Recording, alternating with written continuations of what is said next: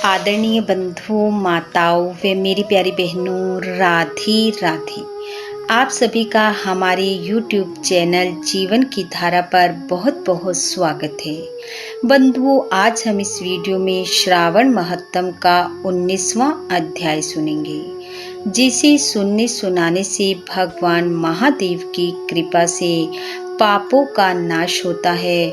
वे मनुष्य इस लोक के सुखों को भोगकर अंत में भगवान के धाम को पाता है। कथा महत्तम सुनने के बाद यदि आप हमारे चैनल पर नए हैं तो कृपया हमारे चैनल को सब्सक्राइब करें, बेल आइकन को प्रेस करें ताकि हमारी वीडियो की नोटिफिकेशन सबसे पहले आप तक पहुंचे। वीडियो को शेयर व लाइक भी जरूर करें। बंधुओं, आज के अध्याय में भगवान महादेव श्री सनत कुमार को श्रावण माह की एकादशी व द्वादशी तिथि का महत्तम सुना रहे हैं। भगवान शंकर ने ब्रह्मापुत्र सनत कुमार से कहा, हे महामुनि, श्रावण मास के दोनों पक्षों की एकादशी तिथि के दिन क्या करना चाहिए उसे सुनिए।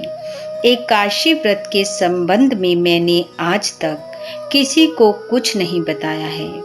यह व्रत गुप्त, उत्तम, महान पुण्यों को देने वाला तथा पाप ताप को जड़ से नष्ट करने वाला है।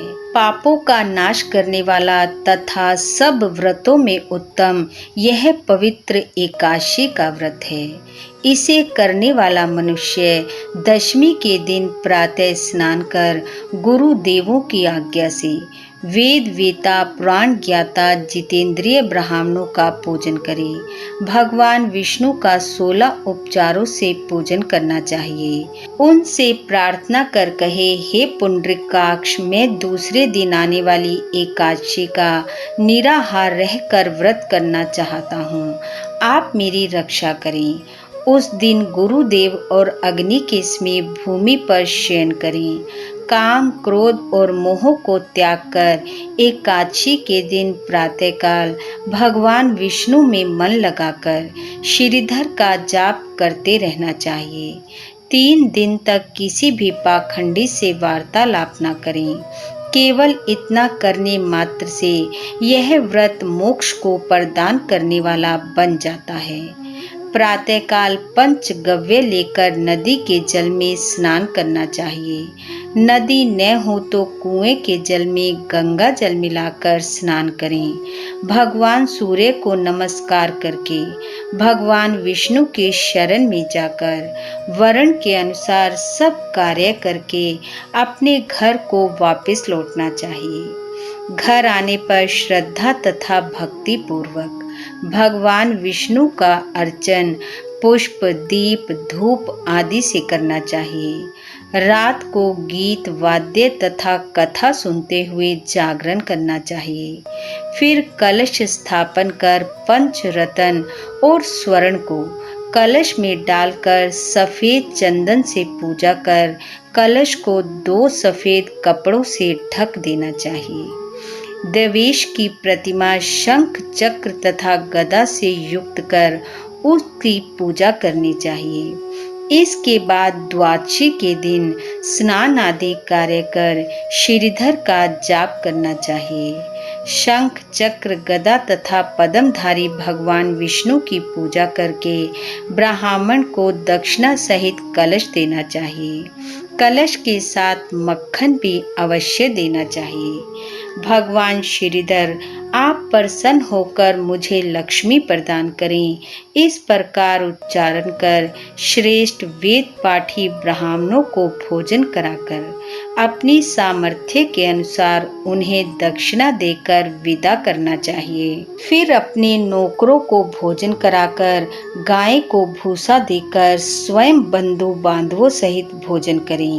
इस प्रकार शुक्ल पक्ष और कृष्ण पक्ष दोनों तिथियों के व्रतों का विधान एक समान है। शुक्ल पक्ष में श्रीधर और कृष्ण पक्ष में भगवान विष्णु जनार्दन कहे गए हैं।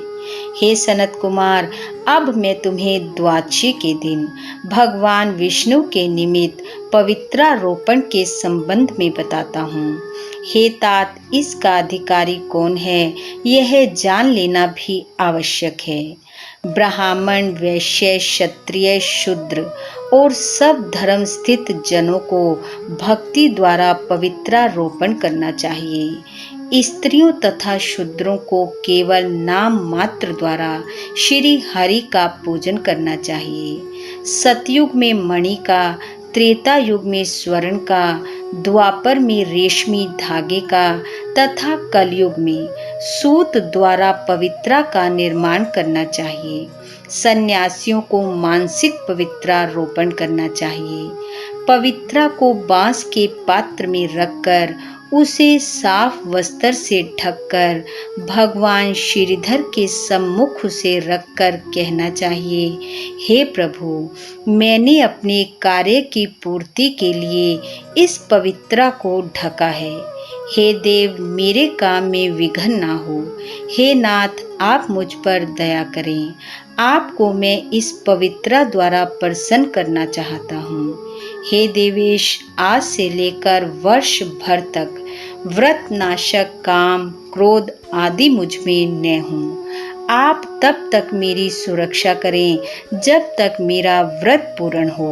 हे सनत कुमार, कलश पर बांस के पात्र में रखे पवित्रा की नम्रता पूर्वक इस प्रकार प्रार्थना करनी चाहिए, हे पवित्रा, 1 वर्ष तक किए अर्चन से प्रसन्न होकर आप विष्णु लोक से यहाँ आई हैं, अतः आपको नमस्कार है। हे देव, विष्णु तेज से उत्पन्न रमणीय तथा पाप नाशक सब इच्छाओं के प्रदाता आपके शरीर में पवित्रा को धारण करता हूँ। हे देवेश, हे पुराण पुरुषोत्तम, आप मेरे द्वारा आमंत्रित हैं, अतः आपका पूजन करता हूँ, आपको नमस्कार करता हूँ। हे देव, कल प्रातः आपके निमित्त इस पवित्रा को अर्पण करूँगा। इसके बाद पुष्पांजलि देकर रात्रि में जागरण करना चाहिए। एकादशी के दिन अधिवासन कर द्वादशी को सुबह पूजा करें। गंध, धूप, चावल तथा हाथ में पवित्रा को ग्रहण कर कहें, हे देवेश, आपको नमस्कार है। इस पवित्रा को आप स्वीकार करें। 1 वर्ष तक पुण्य फलप्रद पवित्रा से निवेदन करें। आप मुझे पवित्र करें।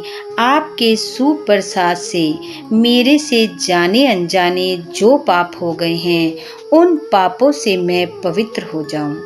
मूल मंत्र द्वारा पवित्रा को संपुटित कर नैवेद्य देना चाहिए। मूल मंत्र से अग्नि में घृत तथा पायस द्वारा हवन करना चाहिए। इसी मंत्र द्वारा पवित्रा को विसर्जन करके कहें, हे पवित्रे, 1 वर्ष तक किए मेरे अर्चन को सविधि परिपूर्ण करें। हे पवित्रे, विसर्जित हूँ, विष्णु लोक को लौट जाएं। इस प्रकार कहकर उसे ब्राह्मण को दे दें या जल में विसर्जित कर दें।